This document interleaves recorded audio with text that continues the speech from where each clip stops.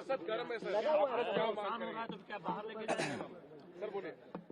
एक बात तो हमें और आपको ये समझनी चाहिए, मैं पिछले कई वर्षों से और खासकर उत्तर प्रदेश में देख रहा हूं, भारतीय जनता पार्टी का एक बहुत सोचा समझा मॉडल है कि वो पहले अनकॉन्स्टिट्यूशनल काम करते हैं, गैर कानूनी काम करते हैं, और अगर आप उसमें विरोध करने आते हैं तो प्रशासन से, शासन से आपके खिलाफ कार्रवाई करते हैं।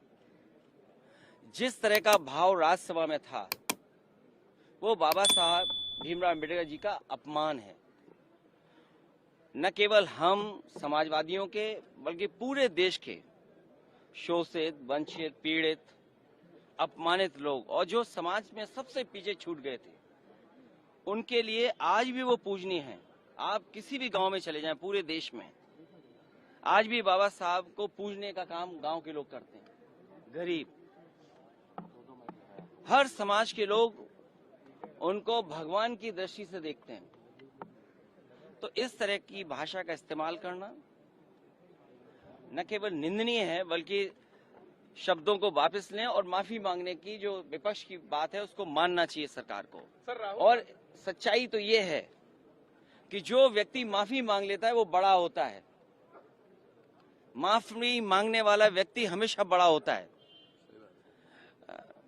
ये जो कलयुग आया हुआ है, हालांकि वो मैं नहीं कह सकता हूं कहां से शुरुआत हुई थी, लेकिन भगवान श्री राम ने के अलावा जो हमारे भगवान हैं, भगवान श्री कृष्ण ने जब अपने प्राण छोड़े तब कलयुग शुरू हुआ। आखिरी शब्द भी यही थे जब उनको तीर लगा कि डेस्टिनी थी, ये माफ कहना चाहिए, भूल जाना चाहिए इस चीज को। तो कम से कम सरकार को जिनकी भाषा से, व्यवहार से पूरे देश का सेंटिमेंट बाबा साहब भीमराव अम्बेडकर जी के लिए जो अपमान की तरह भाषा इस्तेमाल हुई, उस पर माफी मांगनी चाहिए और शब्द वापस अपने लेने चाहिए।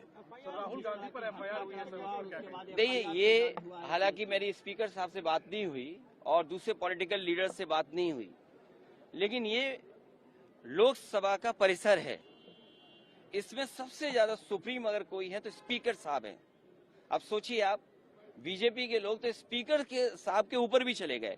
हालांकि मेरी किसी पॉलिटिकल पार्टी से बात नहीं हुई, लेकिन ये जो परिसर है वो लोकसभा का है, तो स्पीकर साहब के पास हम बैठ करके बहुत सारी चीजों को सुलझा सकते थे। लेकिन मैंने जो बात शुरू में कही, भारतीय जनता पार्टी के पास तरीके हैं, उनके पास मॉडल हैं, अंडरग्राउंड पॉलिटिकल उनके पास राय मशवरा आता है। वो कब ध्यान हटा दें, और पहले तो खुद अनकॉन्स्टिट्यूशनल काम करते हैं, पहले खुद गैरकानूनी काम करते हैं, और फिर शासन प्रशासन से ऐसा कुछ करते हैं जिससे कि दूसरे पर आरोप लग जाएं। और मैं तो फरक्काबाद के सांसद जी को देख रहा था, वो सर्टिफिकेट वाले सांसद हैं।